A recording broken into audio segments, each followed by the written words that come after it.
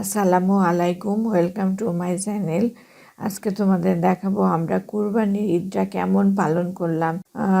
অস্ট্রেলিয়ায় কুরবানির ঈদের দিন আমরা সকাল থেকে সন্ধ্যা পর্যন্ত কি কি করলাম সেটা তোমাদের দেখাবো। সবাই তোমরা আমাদের সাথে থেকো। আজকে কুরবানির ঈদ।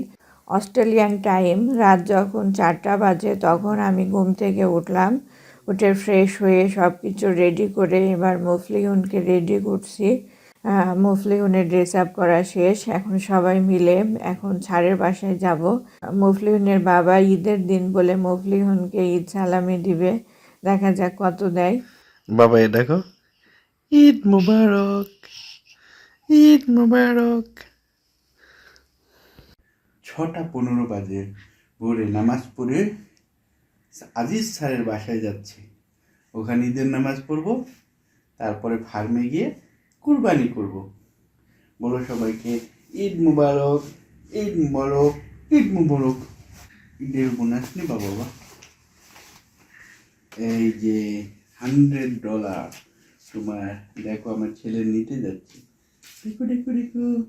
আমাদের বাসা অস্ট্রেলিয়ার মেলবোর্ন সিটির প্রেস্টনে, স্যারদের বাসা অস্ট্রেলিয়ার মেলবোর্ন সিটি হপার্স ক্রসিংয়ে। আমাদের বাসা থেকে স্যারদের বাসা প্রায় 50 কিলো দূরে।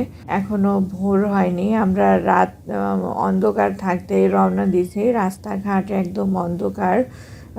তো অন্ধকার রাত্রেবেলা হলেও অনেক গাড়ি টাড়ি চলতেছে দেখি। স্যারের ওয়াইফ আমাদের বলেছে যে ঈদের দিন সকালবেলায় আমাদের বাসায় আসবা, এসে ঈদের নামাজ পড়বা, নামাজ শেষে কোরবানি করে তারপরে তোমরা বাসায় যাবা। সেজন্য আমরা সকালবেলায় রওনা দিচ্ছি। অ্যাকচুয়ালি সকাল না, এটা হচ্ছে ভোর।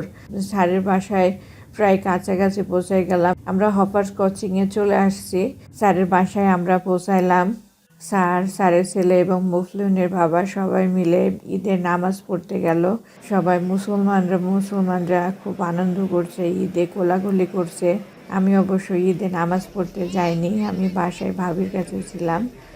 ভাবির সাথে অনেক গল্প আড্ডা, অনেক সুন্দর সময় কাটলো। মুফলিনের বাবা, স্যারের ছেলে সবাই মিলে ঈদের নামাজ শেষ করে বাসায় আসলো।